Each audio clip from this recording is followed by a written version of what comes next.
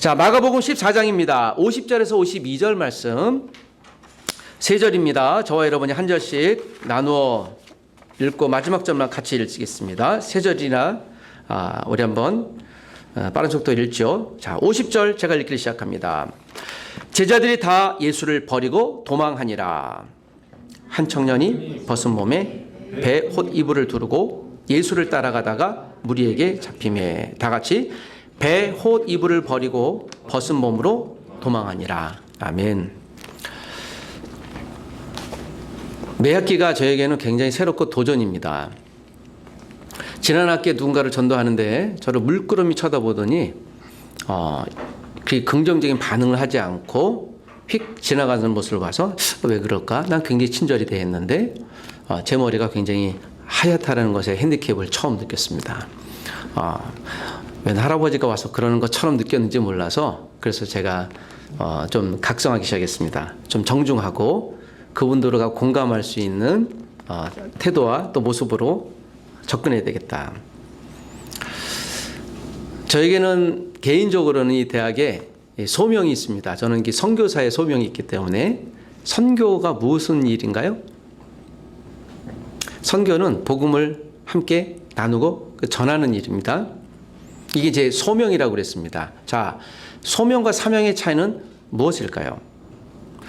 이번 학기에 제가 특별히 외국인 유학생 전용 과목을 맡으면서 외국인 유학생들이니 특별히 좀 배려하자 해서 준비했던 모든 강의안을 정말 촘촘히 더 준비를 많이 했습니다. 놀라운 것은요, 정말 촘촘히 준비하고 이 강의안을 학생들에게 나누면 큰 감동이 될 것이야. 제가 강의를 하지만 학교 선생으로 강의를 하지만 학생들이 설교를 받는 것처럼 그러실 것이야 하고 영상도 준비하고 막 준비했습니다. 놀라운 것은 그 강의안이 대부분이 쓸모없게 됐다는 사실이에요. 왜냐하면 학생들이 언어가 다 다릅니다. 7개국 학생이 여기 있고요. 언어가 천차만별입니다. 아까 우리가 찬양 가운데 자매자매가 얘기했는데 한국어 굉장히 잘하는 자매자매가 목사님 기묘자 모사가 뭐예요? 기묘라 모사. 기묘 모사를 아시는 분 손 들어보실래요? 그래서 제가 그랬습니다. 그건 한국 사람도 99% 모를 거야. 기묘자 모사 이 뜻은요. 미스테리 아주 신비스러운 그러나 위대한 어떤 하나님. 이 성경이 1900년 초중반에 번역이 되었기 때문에 그래서 그것을 영어 성경으로 보면 좋겠다. 그 뜻은 하나님의 위대함을 나타내는 그런 단어 이사야에 있는 말씀을 차용한 것입니다. 굉장히 당황스러웠지만 제가 그 학생들을 좀 더 많이 이해하기 시작했어요. 이 학생들이 얼마나 부담스러울까. 어제는 굉장히 큰 충격이었는데 제가 이런 조건을 내밀었습니다. 여러분, 내가 원하는 수업은 여러분과 커뮤니케이션 하는 겁니다. 그러니까 한국어를 잘하고 안 잘하고 저는 관심이 하나도 없어요. 수업 시간에 얘기하십시오. 조별 발표가 됐습니다. 그래서 제가 그 얘기를 했죠. 여러분, 손 들고 여러분이 발표하면 점수를 많이 얻을 것입니다. 제 기준은 그렇습니다.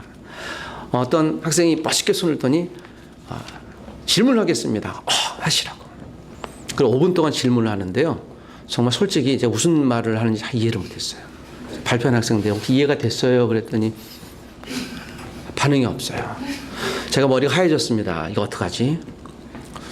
다시 해달라 그러면 말했던 학생이 굉장히 무안할 것 같고 또 답을 해야 되는데 이해는 안 되고 나도 중재가 안 되고 그래서 자, 오늘 이 시간에는 우리가 커뮤니케이션이 목적이니까 우리 그것을 간단히 요약해 주실래요? 했더니 옆에 있는 친구가 너 좀 앉아 있어봐. 하지 말라 그랬지 막 그러더니 제가 얘기할 거예요. 그래서 고마워요 학생 하고 이 친구를 해서 그 친구가 한국어를 열심히 통역해 주는데 놀라운 건 그 친구가 5분 동안 열심히 해줬는데 무슨 말인지 모르겠어요. 그 무안하면 안 되잖아요. 제가 우리 학교 유학생을 위한 대표 선생으로 있는데 괜찮아. 그래서 속으로는 난감하다. 어찌할까. 그래서 제가 그랬죠. 야, 수고했다. 우리 끝나고 밥 사줄게. 하고 커피 쿠폰 2개를 주고 이제 무마했습니다. 그래, 손 들고 했으니. 자, 저는 이 커뮤니케이션, 소통이란 단어를 여러분과 이야기하고 싶었습니다. 아직도 대화나 언어가 잘 안 될 수는 있지만 하고 싶은 무엇인가 열정이 있었어요. 그래서 한 거죠. 학생들의 소명은 무엇입니까? 우리 학생들의 대학에서 소명은요, 공부하는 것이에요. 그리고 선생님들은 가르치는 것입니다. 이 소명은 내가 그 위치에서 부름받은 거예요. 그래서 영어로 이것을 굳이 해석하면 콜링이라고도 합니다. 콜링은 하나님이 나에게 주신 어떤 그 포지션을 얘기를 하는 거예요. 소명 받은 사람에게 하나님이 주신 것이 있어요. 이것은 무엇일까요? 소명과 비슷한 사명입니다. 이것을 영어로 미션이라고 해요. 선교사를 미셔너리라고 합니다. 그러니까 선교사의 사명은 복음을 전하는 거예요. 그가 복음을 전하지 않으면 그 사명은 끝난 거예요. 그래서 소명을 거둬야 돼요. 다른 곳에서 복음을 전하는 소명을 감당해야 되겠죠. 자, 이것을 확대해 보면 우리가 일상에서도 내가 소명이 무엇인지 그리고 사명이 무엇인지 구별할 수만 있다면 아무도 없는 곳에서도 내가 할 일이 있어요. 이것은 내가 이곳에 부름받은 소명이 있기 때문에 소명받은 사람은 주변에 휩쓸리지 않습니다. 소명이 확실하지 않기 때문에 주변을 휩쓸려요. 그래서 분위기를 봐요. 소명이 확실한 사람은 자기의 역할을 충분히 감당합니다. 어떤 일이든지. 자, 여러분, 저는 예수 그리스도께서 이 땅의 이 본문 가운데 하나님의 주신 소명을 이루기 위하여 그가 역할을 어떻게 감당했는지, 특별히 십자가라는 소명의 일을 어떻게 감당했는지를 오늘 본문을 여러분께 이 고난 주간에 잠깐 설명드렸습니다. 그런데 오늘 본문에 있는 내용은 예수 그리스도의 십자가를 소개하는 내용과는 약간 동떨어진 것 같기도 합니다. 자, 우리가 읽었던 51, 2절은 제자들이 다 예수를 버리고 도망하니라, 다 도망갔다라는 말이 있는데요. 요 바로 앞에 보면 예수님을 팔았던 그 유명한 이스카리옷 출신 그 유다가 있어요. 그 악당이 존재하죠. 그 유다는 예수님의 12명의 제자들 중에서 맡았던 소명, 포지션이 무엇이었습니까? 아시는 분? 그분이? 네? 헌금 관리하는 거. 그렇죠. 제가 전도하는 오래된 20여 년 된 형님이 기독교에 대해 굉장히 불쾌하는데 저보고 그래요. 한 달에 얼마씩 수입이 되냐고. 그래서 수입 문득 그러더니 목사들은 헌금 하시는 거 다 회수해 가니까 목사 혼자 그걸 질문하는 거예요. 그래서 아, 그렇구나. 그래서 그렇게만 될 수 있었으면 내가 참 부자가 될 수 있었을 것 같아요 라고 이야기를 하면서 그러면서 막 목사들은 부자고 그런데 너는 왜 안 그래? 라고 해서 그분이 이제 좀 그렇게 삐뚱하고 얘기하는데요. 헌금은 가장 신뢰할 만한 사람에게 맡깁니다. 예수님의 제자들 가운데 회계를 맡았던 사람이 즉 회계사가 유다예요. 그것은 가장 예수님이 신뢰하고 사랑했던 사람이라는 거예요. 그랬던 그가 예수님이 아무래도 권력과는 좀 멀어진 것 같아요. 심지어는요, 섬기라고 하고 주머니를 털어서 이웃을 도우라고 하니까 유다가 내가 생각했던 예수님이 아닌 것 같아요. 그리고 다른 성경에 보면 사단이 유다에게 예수님을 팔려는 생각을 넣었다라는 표현을 합니다. 굉장히 중요한 단서죠. 사단은 심지어는 예수님의 제자들에게까지도 마음속에 들어가 도전하는 거예요. 이걸 영적 전쟁이라고 합니다. 그리고 팔려는 생각을 넣어주니까 유다가 거기서 거부해야 되는데요. 억셉션했어요. 받아들였어요. 그리고 예수님을 은 30에 팔았죠. 그 당시 은은 굉장히 중요한 돈이었습니다. 돈 수단이었습니다. 은 30을 뒤로 블랙머니를 받고 예수님을 팔았죠.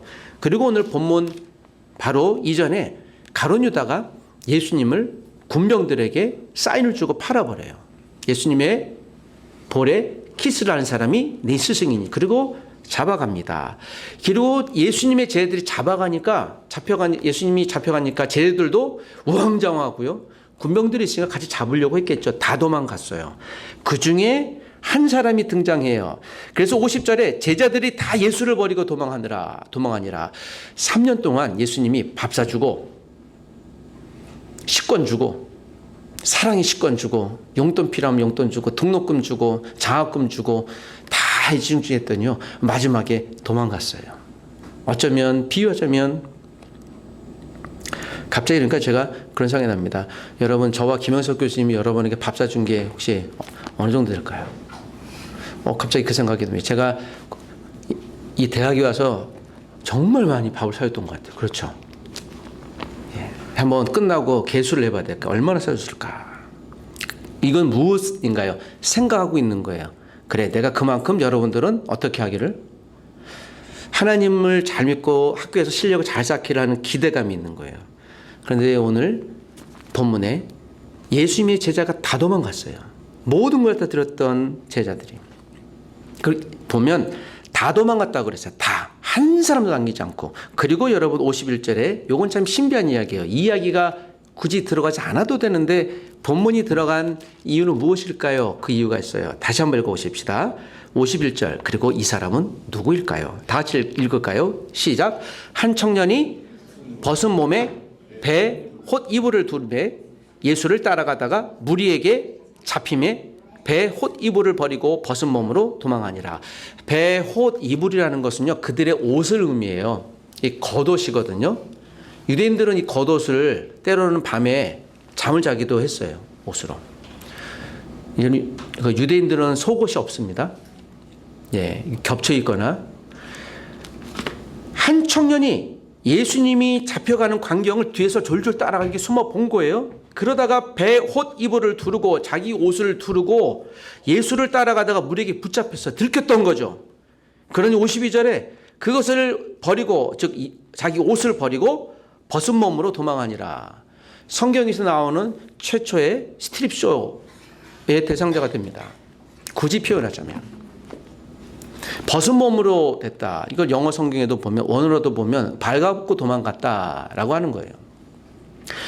여러분, 발가벗고 도망갈 정도로 위협을 느낀 거예요. 예수님의 제자들처럼. 이 사람은 누구일까? 근데 그 정체를 드러내지 않아요. 이 사람은 누구일까요? 나중에 여러 정황이 나지만 이 사람은 이 성경 본문을 기록한 사람으로 알려져 있습니다. 즉 마가였던 것이죠. 마가는 주님의 직속 제자는 아니었습니다.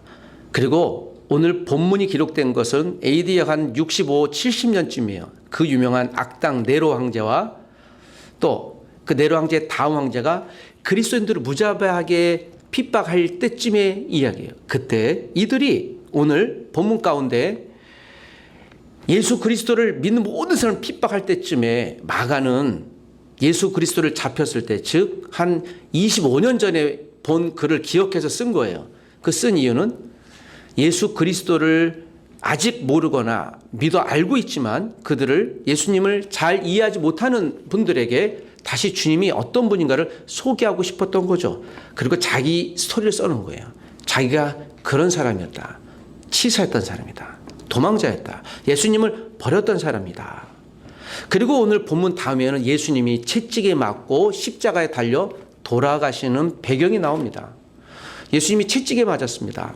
우리가 알고 있는 대로 예수님이 맞으신 채찍은, 그 당시에 썼던 채찍은요, 좀 쉽게 설명하자면 로마인들이 쓴 채찍은요, 여러 가지입니다. 아주 사람들을 곤혹스럽게 하고 또 로마의 압제에 충실하기 위해서 이 체형 문화가 발달됐는데요. 어른 머리만 합니다. 채찍이. 그 앞에 갈고리가 이렇게 달렸어요. 이렇게. 이건 쇠로 돼 있어요. 몸에 한번 딱 닿으면 딱 붙도록 만들었고요. 가죽으로. 끝에는 갈고리가 달렸어요. 그리고 이것을 뜯어내요. 그러니까 채찍으로 때리는 게 아니라 몸에 걸쳤다가 뜯어내는 거예요. 대부분 살점이 뜯어서 죽습니다. 과다출혈로 대부분 사망해요. 그렇게 보면 예수님 몸은 만신창이가 되었을 거예요. 살가죽은 그냥 사람 형체가 아니었을 거예요. 그래도 아직 희미하게 살아있어요. 그리고 예수님 머리에 가시라고 하는 멸관을 만들어서 왕관처럼 해서 조롱하며 쉬었습니다. 제가 작년에 터키 갔다 오면서 그 가시를 봤는데요. 가시. 그냥 가시가 아니라 이 당시 팔레스타인에 썼던 가시는 아주 바짝 마른 가시인데요. 이게 잘 부러지지 않아요. 어른 손가락만 합니다. 이것을 둘리 만들어서 씌우면요, 머리에 뼈를 뚫고 들어가요. 그래서 이거 하면 죽어요, 사람이. 뇌가 파괴되기 때문에. 이제 그런 고통의 고통을 다 드리는 거죠. 자, 그리고 나머지 성경 부분들이 여러분들이 오늘 밤이 전에 꼭 읽어보시길 부탁드립니다. 시간적으로 얘기를 하면 주님이 오늘 잡히시고 내일 그리고 금요일 날 오전 9시에 십자가에 못 박혀 돌아가십니다. 그리고 돌아오는 주일날 주님이 부활하시죠. 자, 다시 오늘 마가로 돌아와서 마가가 어떤 사람입니까? 마가. 예수님의 복음의 열정을 갖고 사도 바울이라고 하는 사람과 첫 번째 선교 여행을 떠났다가 그가 그 타우로스 산맥의 높은 산맥을 오르지 못하고 힘들어하고 그냥 자기 집으로 도망갔던 사람입니다. 그때가 20대 초반이었어요. 그 바울이 화가 났어요. 다시는 이렇게 중간에 하자고 해놓고 자기 생각도 멋대로 하는 사람, 나 이 사람하고 일 못해. 그리고 바나바와 바울이 이 마가 때문에 다투는 광경이 있고 헤어지게 됩니다. 그리고 사도 바울은 이 마가를 사역자로 인정하지 않았어요. 최소한 10년 뒤에. 그리고 마가가 언제 등장하는가 하면 AD 한 57, 8년, 10년 지났을 때에 마가의 이름이 등장합니다. 바울의 편지예요. 마가는 나의 신실한 친구다. 10년 동안 이 마가는 20대 초반 그냥 겉멋만 있는 청년에서 30대 초중반 영적인 거인이 돼서 바울과 동역하게 되죠. 그리고 그때부터 마가는 근동 초대교회의 위대한 영적인 거인으로 세워지고요. 오늘 본문이 기록됐을 때 마가는 아마 50대쯤 되었던 교회의 리더십이 되었을 것이에요. 그랬던 그가 자기가 숨기고 싶었던 나 벌거벗고 도망갔던 이야기를 드러내는 기록하는 이 세 구절의 의미는 무엇이겠습니까? 사람은 자기의 수치를 숨기려고 합니다.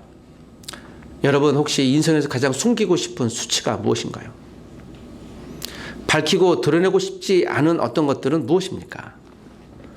마가는 하나님이 자기에게 주신 소명이 있었는데 처음에 그 소명을 감당치 못했던, 그리고 내가 벌거벗고 도망갈 정도로 내 소명에 대해서 그가 하나님 앞에 철저히 실패했던 사람으로 고백합니다.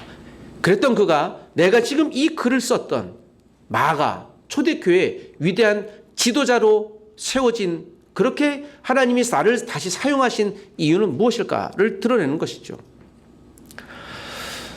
아마 2주 뒤에 이제 전도지가 나올 거예요. 이 소책자 앞에만 뜯어서 나오는 12장짜리 전도지가 나올 건데, 제가 우리 학교 시계탑 앞에서 여러분 이제 맛있게 전도할 겁니다. 여러분 같이 전도해 주십시오. 예. 제가 멋있는 옷을 입고 전도할 거예요. 한 가지 이유가 있어요.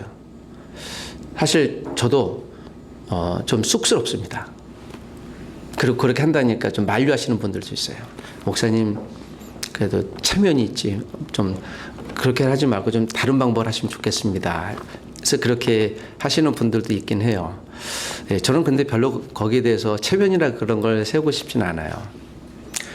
제가 23살 때 받았던 큰 도전이 있기 때문에 그래요.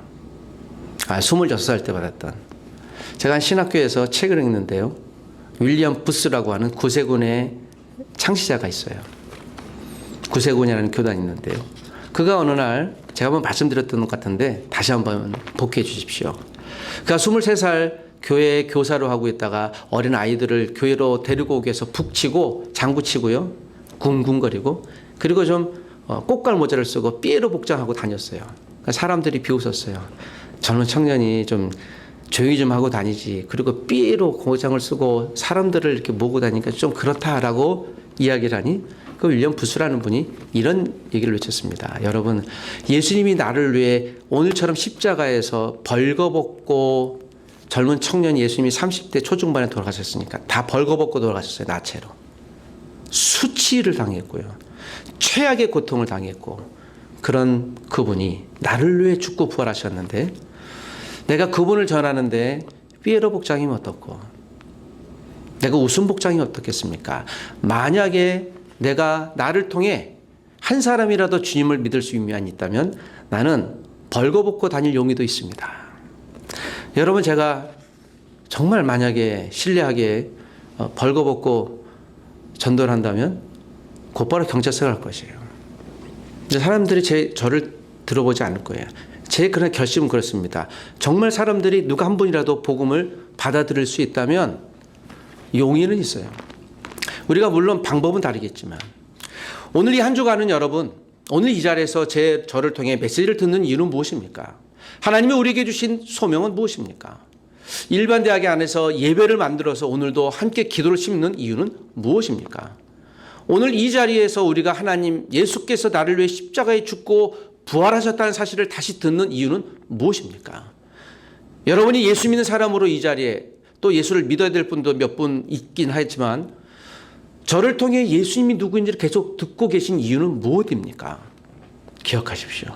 그분이 저와 여러분을 위해 오늘 십자가에 달려 죽고 부활하셨습니다. 예수 그리스도는 우리의 영혼을 살리시는 유일한 하나님의 통로입니다. 그분은 자신에게 주어진 소명을 잃지 않기 위해서 그분의 십자가 달리심이 소명이었다면 그 소명의 자리를 버리지 않기 위해서 오늘 이 자리를 지켰던 것이죠. 본문을 기록한 마가가 벌거벗고 낯에 춤을 추며 도망갔지만 비록 그랬던 그가 실패했던 그가 다시 주님을 깊이 인격적으로 만나고 예수님을 따라 사는 사람이 되어 마가복음을 기록하여 오늘도 이 자리에 저와 여러분을 통해 마가가 쓴 복음을 듣고 있는 이유가 된 것입니다. 사랑하는 여러분, 예수님이 여러분을 위해 십자가 달려 죽으셨습니다. 그분을 더 사랑해 주시길 부탁드립니다. 예수님을 믿고 우리의 영혼이 하나님 나라 가게 되길 주 이름으로 부탁드립니다.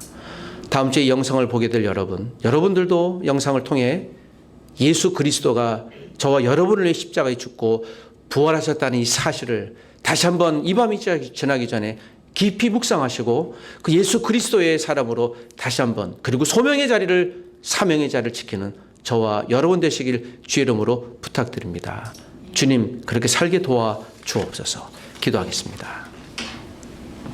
하나님 아버지, 십자가 앞에 두려움 가운데 떨림으로 있었으나 이것이 내가 져야 될 인류를 위하여 그들의 영혼을 구하기 위해 십자가에 죽어야 될 하나님의 소명의 자리를 버리지 않았던 예수 그리스도처럼 곤란함과 낙담함과 좌절과 불편함과 치욕스러움과 수치스러움과 좌절의 시간이 앞에 있을지라도 예수께서 나를 위해 십자가에 대신 죽으셨다는 이 사실만으로도 예수 믿는 사람으로 하나님이 주신 소명의 자리를 또 사명의 자리를 지킬 수 있도록 도와주옵소서.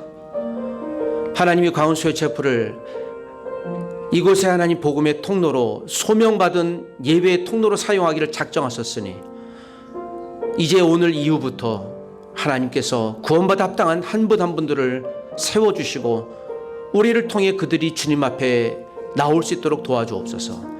이 가운데 있는 300여 명의 교수님들이 있습니다. 400여 명의 직원들이 있습니다. 1,300여 명의 학생들이 있습니다. 1,200여 명의 유학생들이 있습니다. 하나님 이들을 주께 올립니다. 이들이 모두 하나님을 찬양하는 날에 오게 하시고 그들이 하나님이 우리의 아버지 되시고 예수께서 나를 위해 십자가에 죽고 부활하셨다는 이 사실에 감격스러워할 수 있도록 오늘 이 시간 우리의 예배와 우리의 기도를 사용하여 주시고 받아 주시옵소서. 우리를 위하여 십자가에 죽으신 예수 그리스도의 이름으로 기도합니다. 아멘. 주기도문 하겠습니다. 하늘에 계신 우리 아버지여, 이름이 거룩히 여김 받으시오며 나라의 임하옵시며 뜻이 하늘에서 이룬 것 같이 땅에서도 이루어지이다. 오늘날 우리에게 일용할 양식을 주옵시고 우리가 우리에게 죄인 자를 사하여 준 것 같이 우리 죄를 사하여 주옵시고 우리를 시험에 들게 하지 마옵시고 다만 악에서 구하옵소서. 대개 나라와 권세와 영광이 아버지께 영원히 있사옵나이다. 아멘.